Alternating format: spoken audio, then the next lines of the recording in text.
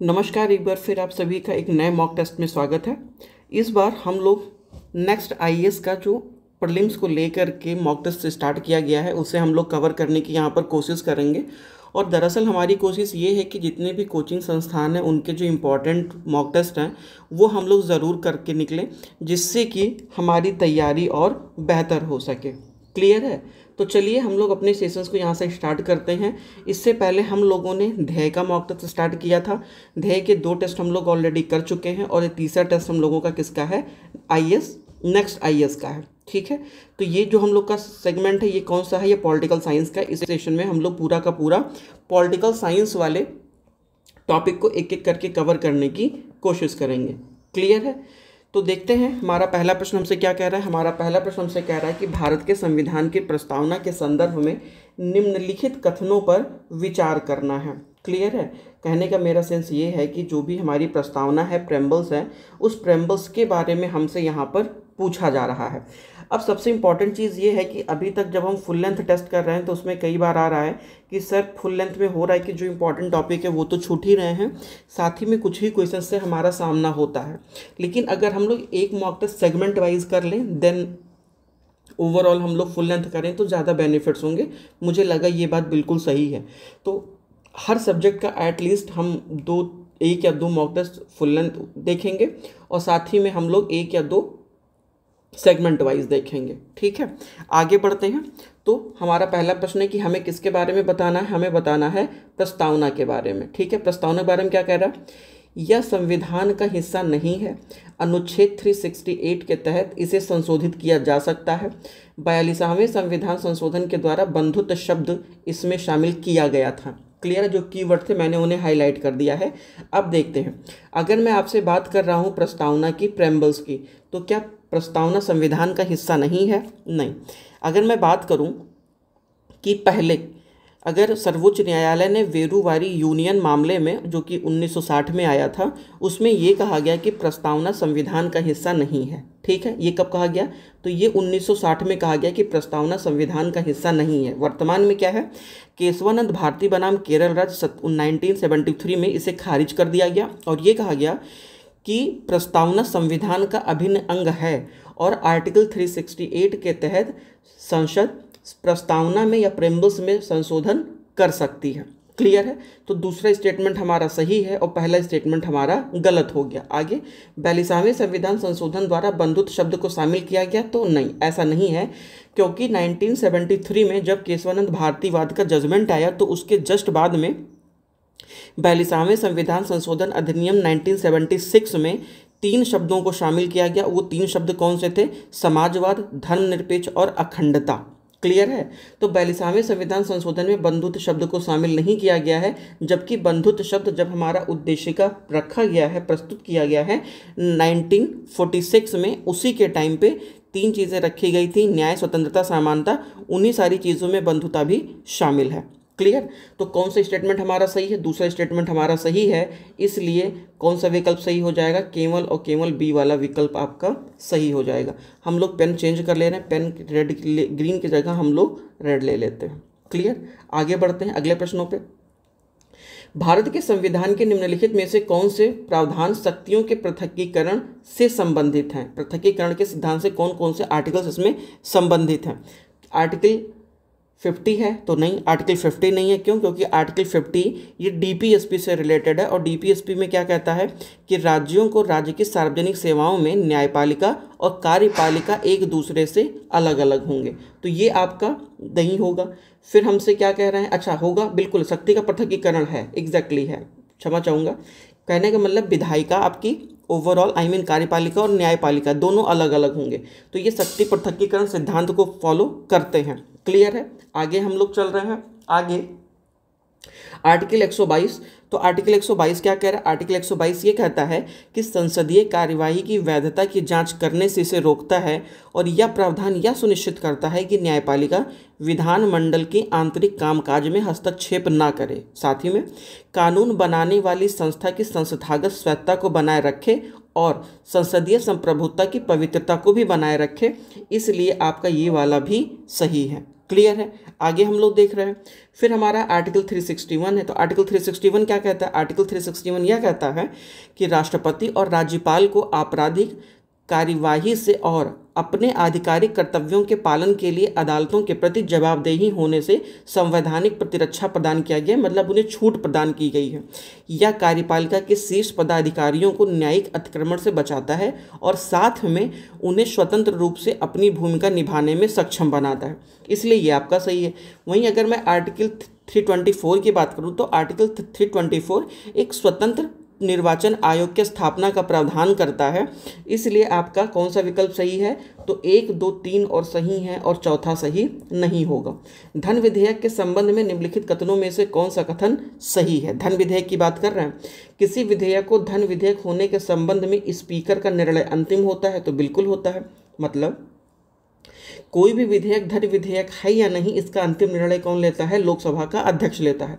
धन विधेयक का उल्लेख कहाँ पर किया गया? तो धन विधेयक का उल्लेख आर्टिकल 110 में किया गया है। ठीक है।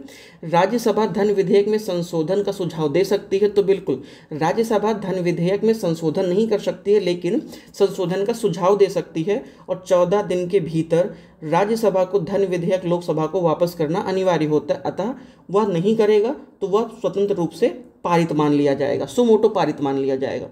धन विधेयक संसद के किसी भी सदन में पेश किया जा सकता है, तो नहीं। धन विधेयक केवल लोकसभा में पेश किया जा सकता है, राज्यसभा में धन विधेयक पेश नहीं किया जा सकता।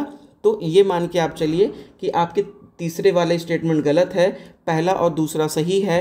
तो कौन सा विकल्प आपका होगा? आपका 1 और 2 विकल्प सही है, इसलिए दूसरा वाला स्टेटमेंट आपका विकल्प सही हो जाएगा। आगे बढ़ते हैं अगले प्रश्नों में। भारतीय संविधान के प्रस्तावना के संदर्भ में निम्नलिखित आदर्शों को उनके क्रम में व्यवस्थित करें। ठीक है। स्थिति और अवसर की समानता, समाजवादी, विचार, अभिव्यक्ति, विश्वास, आस्था एवं उपासना की स्वतंत्रता, व्यक्ति की गरिमा और राष्ट्र की एकता और अखंडता। ठीक है। तो अगर आपको ये लगाना भी है तो इसके लिए आपको क्या याद होना चाहिए? आपको इसके लिए उद्देशिका याद होनी चाहिए। तो उद्देशिका में हम लोग क्या कहते हैं? उद्देशिका में हम लोग कहते हैं कि हम भारत के लोग भारत को एक संपूर्ण प्रभुत्व संपन्न समाजवादी, तो सबसे पहले आया समाजवादी। हम भारत के लोग भारत को संपूर्ण प्रभुत्व संपन्न समाजवादी, पंथ निरपेक्ष, लोकतंत्रात्मक गणराज्य बनाने के लिए उन सब में ध्यान दीजिएगा, नहीं तो यहीं से गड़बड़ हो जाएगा। उन सब में सामाजिक, आर्थिक एवं राजनैतिक न्याय। क्या कहीं पर सामाजिक, आर्थिक, राजनैतिक न्याय है? तो नहीं है। विचार, अभिव्यक्ति, विश्वास, धर्म और उपासना की स्वतंत्रता, तो यहाँ पर है। फिर हम कहते हैं कि उन सभी में बंधुत्व को बढ़ाने के लिए, तो क्या कहीं पर बंधुत्व है? तो यहाँ पर कहीं बंधुत्व नहीं है। उसके बाद में व्यक्ति की गरिमा, राष्ट्र की एकता और अखंडता, तो कहीं व्यक्ति की गरिमा, राष्ट्र की एकता और अखंडता है। उससे पहले आप देखेंगे तो स्थिति और अवसर की समानता, मतलब हम समानता की बातें कर रहे हैं। ठीक है। उसके बाद फिर क्या आ रहा है? व्यक्ति की गरिमा, राष्ट्र की एकता और अखंडता। तो कोड क्या है? 2, 3, 1 और 4, इसलिए आपका सी वाला विकल्प सही होगा। एक डेट याद रखिएगा। कौन सा डेट आपको याद रखना है? आपको याद रखना है 26 नवंबर 1949 को। क्यों? क्योंकि 26 नवंबर 1949 को प्रस्तावना जो हमारा बनाया गया था उसे संविधान ने एक्सेप्ट किया है। ठीक। और लागू कब हुआ है? तो 26 जनवरी 1950 को वो लागू हुआ है। अगले प्रश्नों पे, निम्नलिखित में से कौन सी समिति भारत के संविधान में उल्लेखित है? प्राक्कलन समिति, सार्वजनिक उपक्रम समिति, लोक लेखा समिति। हमें ये बताना है कि इनमें से कौन सी संविधान में है। तो संविधान में मेरे दोस्त किसी भी का उल्लेख समिति का नहीं किया गया है। तीनों प्रकार की समितियों का उल्लेख भारतीय संविधान में स्पष्ट रूप से कहीं नहीं किया गया है, बल्कि ये संसदीय परंपराओं और लोकसभा में उनकी प्रक्रिया और व्यवसाय के संचालन के लिए बनाए गए हैं या उनके द्वारा गठित किया गया है। अगर मैं लोक लेखा समिति की बात करूं तो लोक लेखा समिति भारत शासन अधिनियम 1919, इसे आप मैंटेग्यू ट्रांसपोर्ट सुधार के नाम से भी जानते हैं, इनके प्रावधानों के तहत इसकी स्थापना 1921 में की गई थी। वहीं पर लोक लेखा समिति कैग की रिपोर्टों की जांच करता है और सार्वजनिक व्यय में जवाबदेहिता को सुनिश्चित करता है। हालांकि अगर आप थोड़ा सा ढंग से देखेंगे तो इसमें क्या कहा गया है कि अत्यधिक महत्वपूर्ण ये है कि इसका संविधान में किसी भी प्रकार से उल्लेख नहीं किया। अगर मैं प्राक्कलन समिति की बात करूं तो प्राक्कलन समिति को संविधान को अपनाने के बाद में 1950 में इसे अपनाया गया था और बजट में प्रस्तावित व्यय के अनुमानों की जांच करता है प्राक्कलन समिति। साथ ही में मतव्ययिता और उनकी दक्षता के लिए यह कार्य करता है। यह सबसे बड़ी संसदीय समिति है जिसमें 30 सदस्य होते हैं और सभी सदस्य लोकसभा से होते हैं। वहीं पर अगर मैं सार्वजनिक उपक्रम समिति की बात करूं तो इसकी स्थापना 1964 में किया गया था और यह सार्वजनिक जो हमारे PSUs हैं उनके कामकाज को लेकर के ये उनकी समीक्षा करता है। इसमें 22 सदस्य हैं, 15 लोकसभा से और 7 राज्यसभा से होते हैं और यह भी एक प्रकार किसी भी प्रकार की संवैधानिक निकाय नहीं है, इसलिए आपका डी वाला विकल्प सही होगा। अगले प्रश्नों पे, जनजातीय सलाहकार परिषद के 20 सदस्यों में से कितने राज्य विधान सभा से अनुसूचित जनजातियों के प्रतिनिधि होने चाहिए? तो कितने होने चाहिए? ये होने चाहिए आपके 15। क्लियर। आगे, 73वें संविधान संशोधन पंचायतों में SC और ST के लिए सीटों के आरक्षण का प्रावधान करता है। 73वां संविधान संशोधन जिला योजना समितियों के गठन का प्रावधान करता है। 73वां व 74वां संविधान संशोधन 5वीं अनुसूची क्षेत्रों पर लागू नहीं होता। उपयुक्त में से कथनों पर आपको चयन करना है और ये बताना है कि कौन सा सही है। क्लियर है। तो अगर मैं बात करूं 73वें संविधान संशोधन की, तो 73वें संविधान संशोधन पंचायतों में SC और ST के सीटों के आरक्षण का प्रावधान करता है, ये बिल्कुल सही है। ठीक है। और वहीं पर अगर आप देखेंगे तो पंचायती राज का उल्लेख कहाँ पर किया गया है? तो भाग 11 में भाग 9 में और 11वीं अनुसूची में। क्लियर है, गलत मत करिएगा। भाग 9 11वीं अनुसूची में पंचायत राज्यों का उल्लेख किया गया है। वहीं पर आर्टिकल 243D के अनुसार पंचायतों के तीनों स्तर पर, चाहे वो गांव हो या मध्यवर्ती हो या जिला स्तर पर हो, वहां पर SC और ST में महिलाओं के लिए सीटों का आरक्षण अनिवार्य किया गया है। इस कदम के उद्देश्य में अगर आप देखेंगे ऐसा क्यों है? जिससे कि उन लोगों को विकास की मुख्य धारा में शामिल किया जा सके, चाहे वो SC हो, चाहे वो ST हो, चाहे वो महिलाएं हों। क्लियर है। आगे बढ़ते हैं। तो इसलिए हमारा कौन सा कथन इसमें से सही हो जाएगा 7वें में? तो 7वें में हमारा C वाला सही होगा, दूसरा वाला हमारा गलत है और तीसरा वाला हमारा सही है, क्योंकि 5वीं अनुसूची के क्षेत्रों पर यह लागू नहीं होता। क्यों नहीं लागू होता है? क्योंकि 5वीं अनुसूची से संबंधित एक अलग प्रोविज़न किया गया है। जैसे कि अगर मैं 5वीं अनुसूची की बात करूं तो आर्टिकल 243ZD में ये उल्लेख किया गया है कि पंचायतें व नगर पालिका दोनों में योजनाओं की समितियों का उल्लेख करते हैं। वहीं पर 5वीं अनुसूचित क्षेत्र के संबंध में झारखंड, उड़ीसा, छत्तीसगढ़ और मध्य प्रदेश जैसे राज्यों में आदिवासी बहुल क्षेत्रों को वो कवर करते हैं। संविधान स्पष्ट रूप से 73वें और 74वें संविधानों को इन क्षेत्रों पर स्वतः लागू होने के लिए छूट दे रखा है, इसलिए आपका दूसरा गलत है और तीसरा सही है। अगले प्रश्नों पे, संवैधानिक अनुच्छेदों को उनकी विषय वस्तु से सुमेलित करना है। Article 131, article 143, article 137, article 141। हमें ये बताना है कि इनमें से कौन सा सही है। तो अगर मैं आर्टिकल 131 की बात करता हूँ तो आर्टिकल 131 में क्या मेंशन है? आर्टिकल 131 में ये मेंशन किया गया है कि अगर सर्वोच्च न्यायालय को मूल अधिकार क्षेत्र के संबंध में ये प्रावधान दिया गया या अधिकार दिया गया कि भारत सरकार और एक या एक से अधिक राज्यों के बारे में, 2 या 2 से अधिक राज्यों के बारे में, तो इसलिए हमारा कौन सा विकल्प सही हो जाएगा? तो ए का क्या होगा? दूसरा हो जाएगा। क्यों? क्योंकि आप देखेंगे 131 में सर्वोच्च न्यायालय का मूल क्षेत्र अधिकार दिया गया है। वो मूल क्षेत्र अधिकार किससे संबंधित हो सकते हैं? भारत से हो सकते हैं, भारत राज्य किसी एक से हो सकते हैं, 2 राज्यों के मध्य हो सकते हैं, या राज्य और संघ के मध्य हो सकते हैं। क्लियर है। वहीं पर अगर मैं 143 की बात करूं तो 143 में राष्ट्रपति की सर्वोच्च न्यायालय से परामर्श करने की शक्ति का उल्लेख किया गया है। वहीं पर अगर मैं 137 की बात करूं तो 137 सर्वोच्च न्यायालय द्वारा निर्णयों की समीक्षा करने से संबंधित है। वहीं पर अगर मैं आर्टिकल 141 की बात करूं तो सर्वोच्च न्यायालय द्वारा घोषित सभी कानून सभी न्यायालयों के लिए बाध्यकारी होंगे, इसलिए अपना कौन सा विकल्प सही होगा? ए वाला विकल्प सही होगा।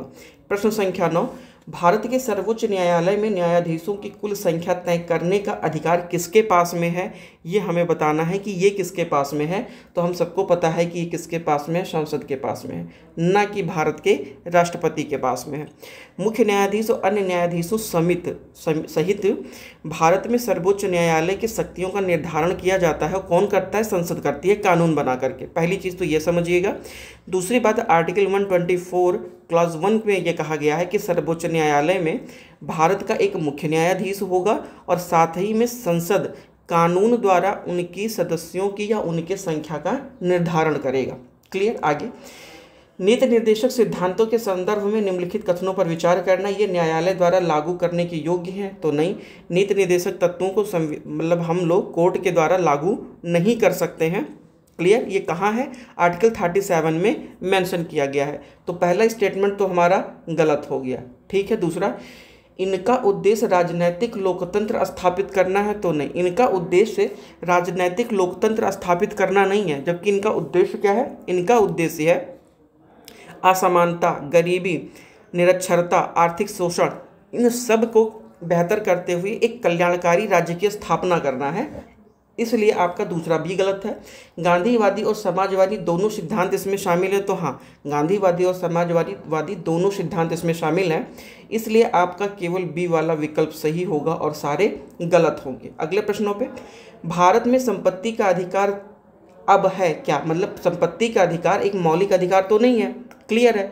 तो मौलिक अधिकार नहीं है तो क्या है, हमें ये बताना है। और ये क्या है? एक प्रकार का ये संवैधानिक अधिकार है। क्यों संवैधानिक अधिकार है?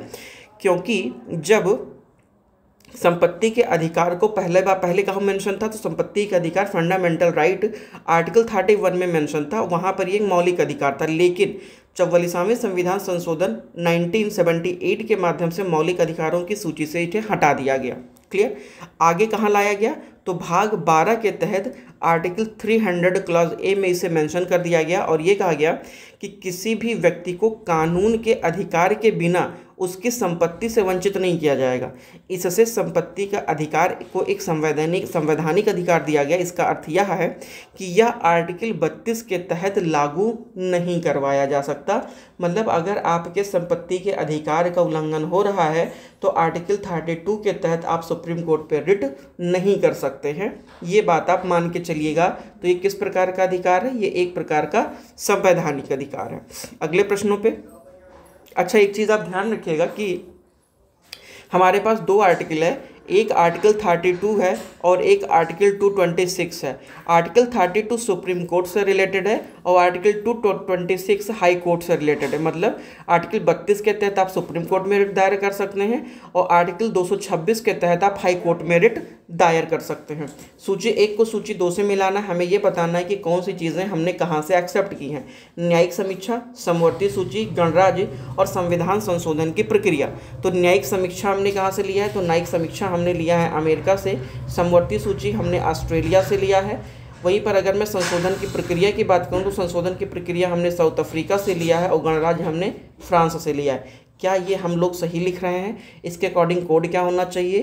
3, 2, 1 और 4। आई मीन 3, 2, 1 और 4, 3, 2, 1, 4 नहीं, 3, 2, 1, 4 नहीं होना चाहिए। एक सेकेंड। न्यायिक समीक्षा अमेरिका से है तो ठीक है। वहीं पर अगर मैं सी की बात करूं तो सी, गणराज्य तो फ्रांस से ही लिया गया है, तो फिर कहाँ पे मामला गड़बड़ हो गया? अच्छा ये नहीं होगा, ये होगा हमारा 4 और 1। तो 4, 1 कहाँ पर है? बी वाला विकल्प हमारा सही हो जाएगा। ठीक है। अगले प्रश्नों पे हम चल रहे हैं। कैबिनेट समितियों के संबंध में निम्नलिखित में से कौन सा कथन एक सही है? हमें बताना है कैबिनेट समितियों के संबंध में कौन सा एक कथन सही है। उन्हें संविधान के अनुच्छेद 77 के तहत प्रदान किया गया है। वे प्रशासनिक दुविधा के लिए प्रधानमंत्री द्वारा गठित की जाती है। ये संवैधानिक निकाय हैं। उन्हें संसद द्वारा अनुमोदित किया जाना चाहिए। तो कैबिनेट समितियों के संबंध में कौन सा सही है? बी वाला विकल्प आपका सही है। क्यों? क्योंकि संविधान में कहीं भी कैबिनेट समितियों का उल्लेख नहीं किया गया है। ये अतिरिक्त संवैधानिक निकाय है, जिसका अर्थ ये है कि वे संविधान या कानून के द्वारा नहीं बल्कि कार्यकारी निर्णयों के द्वारा स्थापित किए जाते हैं। वहीं पर मुख्य रूप से प्रशासनिक दक्षता और मंत्रालयों के बीच ये समन्वय स्थापित करने का मुख्यतः कार्य करते हैं। साथ में ही प्रधानमंत्री के विवेक पर निर्भर करता है कि वो उसका गठन कर रहे हैं, पुनर्गठन करते हैं या फिर उन्हें भंग कर रहे हैं, जो कि उनकी संरचना एवं कार्य भी तय करते हैं। तो सब कुछ किसके बारे में बताया गया है? जिम्मेदारी वो है प्रधानमंत्री की। क्लियर है। आगे हम लोग देखते हैं अगले प्रश्नों पे। प्रश्न संख्या 14 क्या कह रहा है? निम्नलिखित में से कौन सा केवल राज्य के नीति निर्देशक सिद्धांतों में उल्लेखित है, मौलिक कर्तव्यों में नहीं है? प्रश्न संख्या 14। तो 14 में सहकारी समितियों को बढ़ावा देना ये है, कृषि एवं पशुपालन ये भी है, सार्वजनिक संपत्ति की सुरक्षा, तो ये दोनों जगह पे है। ये आपको कहाँ पे मिलेगा, ये आपको डीपीएसपी पे मिलेगा और फंडामेंटल ड्यूटीज़ में मिलेगा। लेकिन कुटीर उद्योगों को बढ़ावा देना ये केवल आपको डीपीएसपी में मिलेगा। तो कौन सा आपका सही है, डी वाला, 1, 2 और 4। वहीं पर अगर मैं बात करूँ थोड़ा सा डीपीएसपी की, तो डीपीएसपी नागरिकों के प्रति राज्यों के दायित्वों का मार्गदर्शन के तौर पर देखा जाता है। वहीं पर मौलिक कर्तव्य नागरिकों के राष्ट्र के प्रति दायित्व हैं। एक राज्य का दायित्व है और एक नागरिकों का दायित्व है। क्लियर हो गया। वहीं पर अगर मैं बात करता हूँ 97 कॉन्स्टिट्यूशनल अमेंडमेंट की, तो इसमें 2001 को पारित किया गया और ये कहा गया कि 43B में सहकारी समितियों को बढ़ावा देने की बातें कही गई हैं। क्लियर है। आगे बढ़ते हैं। प्रश्न संख्या 51, लोकसभा अध्यक्ष के बारे में निम्नलिखित कथनों पर विचार करें। लोकसभा के विघटन के बाद भी अध्यक्ष तब तक पद पर बने रहते हैं जब तक कि नया अध्यक्ष पद नहीं ले लेता या नया अध्यक्ष चुन के नहीं आ जाता। यदि लोकसभा अध्यक्ष का सदस्य नहीं रह जाता है, यानी लोकसभा का सदस्य अध्यक्ष नहीं होता है, तो उसे तुरंत अपना पद खो देना होगा। निम्नलिखित में से कौन सा कथन सही है। अब देखिएगा, अगर मैं लोकसभा के अध्यक्ष की बात करूं या लोकसभा के अध्यक्ष की कार्यों की बात करूं, उनकी योग्यता की बात करूं, तो लोकसभा का जो अध्यक्ष है वो सामान्यतः ये माना जाता है कि निचले सदन का पीठासीन अधिकारी होता है। तो जाहिर सी बात है कि वो अध्यक्ष होगा, वो व्यक्ति पीठासीन अधिकारी होगा और सदस्यों द्वारा चुना गया है। साथ ही में उसकी भूमिका आर्टिकल 93 और 97 में मेंशन किया गया है। अब सबसे खास बात है कि लोकसभा के विघटन के बाद अध्यक्ष तुरंत अपना पद खाली नहीं करता, बल्कि वह अपने पद पर बना रहता है जब तक कोई एक नई लोकसभा का गठन नहीं हो जाता और उसको कोई एक अध्यक्ष नहीं मिल जाता, तब तक वह अध्यक्ष बना रहता है। वहीं पर यह भी कहा गया है, यदि अध्यक्ष इस्तीफा दे देता है या फिर लोकसभा के सभी उपस्थित एवं मतदान करने वाले सदस्यों के बहुमत से पारित प्रस्ताव द्वारा लोकसभा अध्यक्ष को हटा दिया जाता है, तो वह अपना पद छोड़ेगा या फिर उसे अपना पदत्याग करना पड़ेगा। लेकिन साथ में ये भी कहा गया है कि सदन का सदस्य न रहना अध्यक्ष को सदा नहीं हटाता, भले ही वे अपनी सीट को खो दें, लेकिन ये तब तक बना रहेगा जब तक कि उसके पास विशेष संवैधानिक पद पर होने के कारण नया अध्यक्ष नहीं चुन लिया जाता। क्लियर। मतलब ओवरऑल आप ये समझिए कि पहला स्टेटमेंट हमारा सही है और दूसरा स्टेटमेंट हमारा सही नहीं है। तो पहला स्टेटमेंट सही है, इसलिए हमारा केवल ए सही होगा। यदि लोकसभा का अध्यक्ष सदस्य नहीं रहता तो उसे अपना पद खोना होगा, तो ऐसा नहीं है। क्लियर। वो बना रहेगा जब तक कोई नया अध्यक्ष नहीं आ जाता। भारत के संविधान के तहत निम्नलिखित में से कौन से न्यायोचित अधिकार हैं? शिक्षा का अधिकार, काम का अधिकार, संवैधानिक उपचारों का अधिकार, या निम्नलिखित में से कौन सा एक सही करके है आपको बताना है। इनमें से कौन एक न्यायोचित अधिकार के अंतर्गत आता है। प्रश्न संख्या 16। तो 16 में क्या आएंगे? शिक्षा का अधिकार ये है, संवैधानिक उपचारों का अधिकार ये भी है, लेकिन काम का अधिकार ये न्यायोचित अधिकार नहीं माना गया है, इसलिए आपका बी वाला विकल्प ही सही होगा। ऐसा क्यों? क्योंकि शिक्षा का अधिकार आर्टिकल 21 क्लॉज ए में मेंशन किया गया है कॉन्स्टिट्यूशनल अमेंडमेंट 86 में, और ये कब किया गया है? तो 2002 में किया गया है। क्लियर है। आगे बढ़ते हैं। निम्नलिखित में से कौन सी विशेषताएं आमतौर पर संघीय व्यवस्था की आवश्यक विशेषताएं नहीं मानी गई हैं? दोहरी, एक मिनट में बता दे रहा हूँ, क्या हमसे पूछ रहे हैं? संघीय व्यवस्था के बारे में बताना है आपको। ठीक है। तो कौन कौन सी बातें कही गई हैं? दोहरी राजनीति तो नहीं, शक्तियों का पृथकीकरण नहीं, केंद्र का मजबूत होना तो हाँ, ये संघीय व्यवस्था है। केंद्र का मजबूत होना, अखिल भारतीय सेवाओं की उपस्थिति, ये भी संघीय व्यवस्था है। इसलिए कौन सा सही हो जाएगा? सी वाला आपका सही होगा। अगर मैं कुछ संघात्मक व्यवस्था की बात करूं तो संघात्मक व्यवस्था में दोहरी राजनीति है, आई मीन संघ और राज्य। वैसे संघीय व्यवस्था में कि केंद्र और राज्यों के बीच में शक्तियों का विभाजन होगा, जिसमें प्रत्येक स्तर पर अपने क्षेत्र में स्वतंत्र एवं संप्रभुता होगी। इसके लिए दोहरी राजनीति, ठीक है, दोहरी राजनीति, लिखित संविधान। मेरे मित्र, अगर ये दोहरी राजनीति होगी तो जाहिर सी बात है कि फिर 1, 3 और 4 होना चाहिए, लेकिन कहीं भर 1, 3 और 4 है नहीं, तो क्या होगा? अगर 1 3 4 है नहीं तो हम इसको मान लेते हैं कि यही वाला आपका कॉमा 1 भी होगा, क्योंकि दोहरी राजनीति है, क्योंकि वो संघीय ढांचा को वर्णन करता है। लिखित संविधान होगा, संविधान की सर्वोच्चता है, कठोर संविधान संशोधन है, स्वतंत्र न्यायपालिका है, शक्तियों का विभाजन है। ये सारी चीज़ें किसके अंतर्गत आती हैं? संघीय व्यवस्था के अंतर्गत आती हैं। लेकिन वहीं पर हमें कुछ एकात्मक व्यवस्थाएं या एकात्मक विशेषताएं भी देखनी होती हैं, जैसे कि संविधान संघीय होने का दावा तो करता है, ये किसने कहा है? केसी व्हीलर ने कहा है। जैसे कि आपातकाल के दौरान केंद्र मजबूत हो जाता है, आर्टिकल 356 का प्रयोग करता है तो हमारा केंद्र मजबूत हो जाता है। इसलिए इन्होंने इसे संघीय नहीं कहा है बल्कि अर्धसंघीय कहा है। इसलिए तीसरा और चौथा संघीय प्रणाली की आवश्यक विशेषताएं नहीं हैं। ठीक है, तो केंद्र का मजबूत होना, ये तो देखिए एक सेकंड, ये हमसे पूछ क्या रहे हैं, आवश्यक नहीं मानी गई है। तो शक्ति पृथक्कीकरण का सिद्धांत है, मजबूत केंद्र का नहीं होना है, क्योंकि अगर केंद्र मजबूत होगा तो वो फिर संघीय नहीं होगा, वो एकात्मक हो जाएगा। तो ये तो नहीं होगा, ये भी नहीं होगा। क्यों? क्योंकि अगर ये दोनों हैं तो ये एकात्मक होंगे, केंद्र पावरफुल होगा, जबकि संघात्मक में है कि पावर ऑफ सेपरेशन नहीं होना चाहिए, शक्तियों का विभाजन होना चाहिए। केंद्र और राज्य में के पास में प्रॉपर शक्तियां होनी चाहिए। तो आपका 1 और 2 ये सही है, 1 और 2 सही है। कौन सा सही नहीं है? तो तीसरा और चौथा सही नहीं है। क्लियर? आगे, संसद के कोरम के संबंध में निम्नलिखित में से कौन सा कथन सही है? इसे कुल सदस्यता की 1/4 के रूप में परिभाषित किया गया है। यदि कोरम पूरा नहीं होता तो सदन स्थगित या निलंबित कर दिया जाता है। पीठासीन अधिकारी को कोरम में गिना जाता है। इनमें से कौन सा सही है हमें ये बताना है। प्रश्न संख्या 18। तो अगर मैं 18 की बात करूं तो इसमें से कौन सा सही है? इसे कुल सदस्यता का 1/4 को परिभाषित किया गया है। नहीं, ये गलत है। क्यों? क्योंकि कोरम के लिए अधिकतम कितना होना चाहिए? 55 होना चाहिए। I mean 10% के आसपास माना जाता है। तो लोकसभा में कितना होना चाहिए? लोकसभा में कम से कम 55 और राज्यसभा में कम से कम कितना होना चाहिए? 25 होना चाहिए। इसलिए पहला तो गलत है। यदि कोरम पूरा नहीं होता तो सदन स्थगित या निलंबित कर दिया जाता है। बिल्कुल कर दिया जाता है। पीठासीन अधिकारी को कोरम में गिना जाता है, तो बिल्कुल उसे भी गिना जाता है। साथ ही में ये भी कहा गया है कि यदि कोरम पूरा नहीं हो रहा है तो पीठासीन स्थगित कर देगा। क्लियर है? आगे बढ़ते हैं।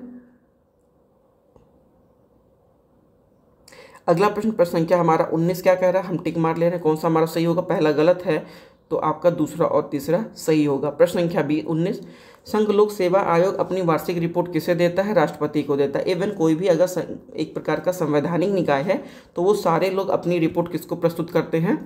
राष्ट्रपति को प्रस्तुत करते हैं।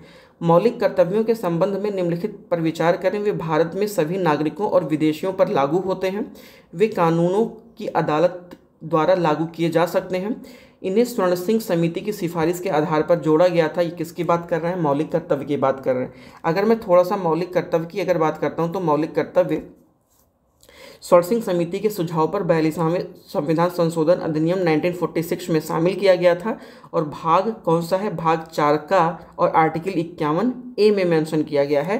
तो ये चीज़ आप थोड़ा सा ध्यान रखिएगा।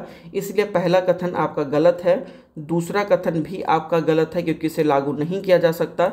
स्वर्ण सिंह समिति के सुझाव पर लागू किया गया। तो तीसरा कथन आपका सही है। केवल और केवल बी वाला स्टेटमेंट आपका सही होगा। ठीक है, आगे बढ़ते हैं। भारत में जनहित याचिका की अवधारणा सबसे अधिक निकटता से जुड़ी हुई है लाचिस के सिद्धांत से, लोकस स्टैंडी की अवधारणा से, न्यायालय की अवमानना से, ग्रहण के सिद्धांत से। जनहित याचिका किससे किस अवधारणा से संबंधित है हमें ये बताना है। तो जनहित याचिका की अगर मैं बात करता हूँ, PIL की बात करता हूँ, तो ये अवधारणा लगभग 1970 के दशक में लिया गया था। और PN भगवती को PIL का यानी जनहित याचिका का फादर कहा जाता है। और ये किस उस पे आधारित है अवधारणा पे? तो ये लोकस लोकस स्टैंडी की अवधारणा पर आधारित है। क्लियर है? आगे बढ़ते हैं। प्रश्न संख्या 22 पर भारत के निर्वाचन आयोग या चुनाव आयोग के बारे में निम्नलिखित में से कौन सा कथन सत्य है? चुनाव विवाद से संबंधित मामलों में इसके पास अर्ध न्यायिक शक्ति है, या दल बदल विरोधी कानून के तहत अयोग्यता के मामलों में निर्णय लेता है, या राष्ट्रपति और उपराष्ट्रपति के पद के चुनाव कराने के लिए जिम्मेदार है। बात किसकी करनी है? निर्वाचन आयोग की कर रहा है हमें। देखिए, अगर मैं भारत में निर्वाचन आयोग या चुनाव आयोग की बात करूं तो इसका उल्लेख आर्टिकल 324 में किया गया है। और निर्वाचन आयोग एक प्रकार का संवैधानिक निकाय है जो कि देश में स्वतंत्र एवं निष्पक्ष चुनाव कराने के लिए जिम्मेदार अथॉरिटी या जिम्मेदार बॉडी है। इसके पास अर्धन्यायिक शक्ति है। क्योंकि जन प्रतिनिधित्व अधिनियम 1951 के तहत इसे यह अधिकार दिया गया है। वहीं पर राजनीतिक दलों और चुनाव प्रतीकों का आवंटन करने का मेन काम है। आदर्श आचार संहिता लागू करने का काम है। कदाचार के मामलों में आप अगर देखेंगे तो चुनाव को रद्द करने का काम है। इसीलिए इसके पास अर्धन्यायिक शक्तियां भी हैं। हालांकि औपचारिक चुनाव याचिका विवाद मतलब जिन्हें न्यायालयों में उच्च न्यायालयों द्वारा संभाला जाता है उसमें ये किसी भी प्रकार का हस्तक्षेप नहीं करता है। वहीं पर दल बदल विरोधी कानून में अयोग्यता की अगर बात की गई है तो ये 10वीं अनुसूची में किया गया है, ना कि यहाँ पे निर्वाचन आयोग के पास किसी भी प्रकार का अधिकार है, इसलिए ये गलत है। राष्ट्रपति और उपराष्ट्रपति के चुनाव के लिए जिम्मेदार है, तो बिल्कुल राष्ट्रपति एवं उपराष्ट्रपति के चुनाव के लिए जिम्मेदार है, इसलिए आपका 1 और 3 सही होगा, दूसरा वाला विकल्प आपका गलत है। निम्नलिखित में से कौन सी विशेषताएं भारतीय और ब्रिटिश दोनों संविधानों में पाई जाती हैं? संसदीय प्रणाली तो हमने वहीं से लिया है। मौलिक अधिकार तो हमने मौलिक अधिकार फंडामेंटल राइट कहाँ से लिया है? ये हमने लिया है अमेरिका से, ना कि हमने लिया है ब्रिटेन से, तो ये नहीं है। कानून का शासन है, एकल नागरिकता है, तो 1, 3 और 4 23 का ए वाला सही होगा, दूसरा नहीं होगा। क्लियर, आगे बढ़ते हैं। निम्नलिखित कथनों पर विचार करें। संविधान संसद को 2 या 2 से अधिक राज्यों के लिए एक समान उच्च न्यायालय बनाने का अधिकार देती है, तो बिल्कुल है। 2 न्यायालयों के न्यायाधीशों के वेतन एवं भत्ते भारत की संचित निधि पर भारित होते हैं, तो हाँ ठीक है। देखिए, एक चीज़ मैं आपको बताऊं कि भारत की संचित निधि पर नहीं भारित होंगे, ये राज्य की संचित निधि पर भारित होंगे, इसलिए आपका दूसरा स्टेटमेंट गलत है। हमसे पूछ रहे हैं सही, तो आपका पहला स्टेटमेंट सही होगा। क्लियर, आगे बढ़ते हैं। आर्टिकल 371F, जिसमें किसी विशेष भारतीय राज्य के लिए विशेष प्रावधान है, निम्नलिखित पर लागू होता है। नागालैंड, मणिपुर, सिक्किम या मिजोरम, तो ये किस पे लागू होता है? ये लागू होता है सिक्किम पे। ठीक है, हालांकि अगर आप देखेंगे तो आर्टिकल 371F को 36वें संविधान संशोधन अधिनियम 1975 के द्वारा शामिल किया गया था, जिसने औपचारिक रूप से सिक्किम को भारत का 22वां राज्य बनाया है। अगले प्रश्नों पे निम्नलिखित पर विचार करें। सार और तत्व का सिद्धांत, छद्म विधायन का सिद्धांत, विरोधाभास का सिद्धांत, या फिर इंग्लिश में हम देख रहे हैं pitch and substance, collaboration legislation, या फिर डॉक्ट्रिन ऑफ रिपब्लिकन्स। किसकी बात कर रहे हैं? ये विरोधाभास की बात कर रहे हैं। विरोधाभास के सिद्धांत निम्नलिखित में से किसका उपयोग निम्नलिखित संदर्भ के लिए किया गया है? प्रश्न संख्या 26। और ये किसके लिए किया गया है? तो ये केंद्र और राज्य के विधायी संबंध के लिए किया गया, सेंट्रल स्टेट लेजिस्लेटिव रिलेशन के लिए किया गया, जिससे कि केंद्र और राज्यों के बीच में संबंध बेहतर हो सके। संवैधानिक संशोधनों के बारे में निम्नलिखित कथनों पर विचार करें। संविधान में संशोधन करने के लिए संसद की संयुक्त बैठक बुलाई जा सकती है? नहीं। संशोधन के लिए संयुक्त बैठक का प्रावधान किया गया है, आपको बताना है कि किया गया है या नहीं किया गया है। तो पहला स्टेटमेंट गलत है, क्योंकि संविधान संशोधन के मामले में ज्वाइंट सेशन का प्रोविज़न नहीं किया गया है। ज्वाइंट प्रोविज़न आर्टिकल 108 में मेंशन है। संसद के किसी भी सदन में संवैधानिक संशोधन के लिए विधेयक पेश किया जा सकता है? तो हाँ, किसी भी संशोधन में, किसी भी सदन में आप विधेयक को संशोधित करने के लिए प्रस्तुत कर सकते हैं।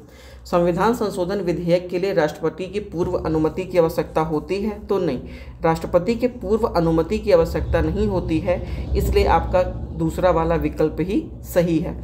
अगर मैं थोड़ा सा संविधान संशोधन के बारे में बात करूँ तो संविधान संशोधन का उल्लेख आर्टिकल 368 में किया गया है, और ये भी कहा गया है कि संसद की संयुक्त बैठक केवल साधारण विधेयक के माध्यमों पर ही लागू होती है, ना कि धन विधेयक के मामलों में, वित्त विधेयक के मामलों में, या फिर संविधान संशोधन के मामलों में।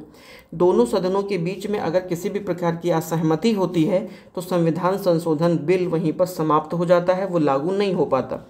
संशोधन के लिए प्रत्येक सदन को विशेष बहुमत से विधेयक को अलग अलग पारित करना अनिवार्य होता है। वहीं पर यह भी कहा गया कि आर्टिकल 368 क्लॉज 2 के अनुसार संविधान संशोधन विधेयक किसी भी सदन, लोकसभा या राज्यसभा में पेश किया जा सकता है और इसके लिए राष्ट्रपति की पूर्व अनुमति की आवश्यकता नहीं होती है। धन विधेयक, वित्त विधेयक या फिर संविधान संशोधन विधेयक को पेश करने के लिए राष्ट्रपति की पूर्व अनुमति की आवश्यकता नहीं होती है। हालांकि दोनों सदनों द्वारा विधेयक पारित किए जाने के बाद राष्ट्रपति की स्वीकृति के लिए वो दिए जाते हैं और राष्ट्रपति इसे न ही रोक सकता है और ना ही इसे वापस कर सकता है। ठीक है, तो अब हम लोग बढ़ रहे हैं प्रश्न संख्या 28 पे। भारत के उपराष्ट्रपति का चुनाव किसके द्वारा किया जाता है? तो ये किसके द्वारा चुनाव किया जाता है उपराष्ट्रपति का चुनाव? तो ये निर्वाचन आयोग के द्वारा किया जाता है, जिसमें संसद के दोनों सदनों के निर्वाचक सदस्यों से मिलकर बना हुआ एक निर्वाचक मंडल होगा। केवल राज्यसभा के निर्वाचक मंडल होंगे नहीं, सदन के दोनों सदनों के सदस्य होंगे। ठीक है, राज्य विधानसभाओं और संसद को मिलाकर के एक निर्वाचन मंडल बनेगा तो नहीं, उपराष्ट्रपति में ऐसा नहीं है। हमसे पूछ रहे हैं किसके द्वारा, तो सी के द्वारा सही होगा प्रश्न संख्या 28 का सी। उपराष्ट्रपति के चुनाव का जो मेंशन किया गया है वो कहाँ पर, वो आर्टिकल 66 में किया गया है, जहाँ राष्ट्रपति के चुनाव में लोकसभा, राज्यसभा, विधानसभा यानी हमारा स्टेट, इन तीनों के निर्वाचित सदस्य राष्ट्रपति के चुनाव में भाग लेते हैं। वहीं पर अगर मैं बात करता हूं दिल्ली और पुदुचेरी, तो ये दोनों भी यूटीज भाग लेते हैं, लेकिन राष्ट्रपति के जब महाभियोग की बातें आती हैं तो कौन भाग लेता है? बाकी स्टेट पार्टिसिपेट नहीं करते, सिर्फ संसद सदस्य ही पार्टिसिपेट करते हैं। इसलिए आपका सी वाला विकल्प सही होगा। प्रश्न संख्या हम लोग 29 पे, चंपकम दोराई राजन बनाम मद्रास राज्य, गोलकनाथ बनाम पंजाब राज्य, केशवानंद भारती बनाम केरल राज्य और मिनर्वा मिल बनाम भारत संघ। हमें ये बताना है कि कौन सा जजमेंट किस टाइम पर आया है, बस आपको ये मैच करना है। अगर मैं चंपकम दोराई राजन की बात करूँ तो ये कब आया है, तो ये आया है 1951 में। गोलकनाथ बनाम पंजाब राज्य ये कब आया है, तो आर्टिकल 67 में आया, वर्ष 67 में आया है, 1967। केशवानंद भारती बनाम केरल राज्य तो ये 73 में आया है। मिनर्वा मिल ये कब आया है, तो 1980 में आया है। क्लियर हो गया। चंपकम दोराई राजन जो मैटर था उसमें क्या बोला गया, ये पहला संविधान संशोधन लाया गया था 1951 में, तभी लाया गया और इसमें ये माना गया कि सर्वोच्च न्यायालय ने ये एक्सेप्ट किया कि मौलिक अधिकार निर्देशित सिद्धांतों पर हावी हैं, विशेष रूप से आरक्षण के संदर्भ में। वहीं पर अगर मैं गोलकनाथ की बात करूँ तो गोलकनाथ के मैटर में सर्वोच्च न्यायालय ने ये माना कि संसद अनुच्छेद 368 का उपयोग करके फंडामेंटल राइट में संशोधन नहीं कर सकती है, जिसे बाद में फिर केशवानंद भारती बनाम केरल राज्य मुद्दा में इसे पलट दिया गया या खारिज किया गया। वहीं पर अगर मैं केशवानंद भारती की बात करूं तो इसमें मूल ढांचे के सिद्धांत का प्रतिपादन किया गया और ये कहा गया कि संसद संविधान में मूल ढांचे में संशोधन नहीं कर सकती है, बाकी वो किसी भी अन्य प्रोविजन में संशोधन कर सकती है। वहीं पर मैं मिनर्वा मिल की बात करूं तो मिनर्वा मिल सर्वोच्च न्यायालय के मूल संरचना सिद्धांत को मजबूत करने के उद्देश्य से लाया गया था और ये कहा गया कि संसद की सीमित संशोधन शक्तियां स्वयं मूल संरचना का एक हिस्सा हैं। इसलिए कौन सा विकल्प हमारा सही होगा, तो बी वाला विकल्प हमारा सही हो जाएगा। अगले प्रश्नों पे, लोकसभा के अध्यक्ष के पास दल बदल विरोधी कानून के तहत अयोग्यता का निर्णय लेने का अंतिम अधिकार है। देखिए याद रखिएगा, दल बदल की ये बातें कर रहे हैं तो बिल्कुल ठीक है, दल बदल के आधार पर अंतिम निर्णय लोकसभा का अध्यक्ष ही लेता है। अध्यक्ष का निर्णय न्यायिक समीक्षा से मुक्त है, तो देखिएगा अगर मैं बात करता हूँ कि क्या वो न्यायिक समीक्षा से मुक्त है, तो नहीं, न्यायिक समीक्षा से मुक्त नहीं है। 10वीं अनुसूची में दल बदल विरोधी कानून के तहत लोकसभा के अध्यक्ष को दल बदल के आधार पर सदस्यों की अयोग्यता का निर्णय लेने का अधिकार दिया गया है। इस कथन में आप देखेंगे तो पहला तो आपका सही है, लेकिन कारण गलत है। क्यों?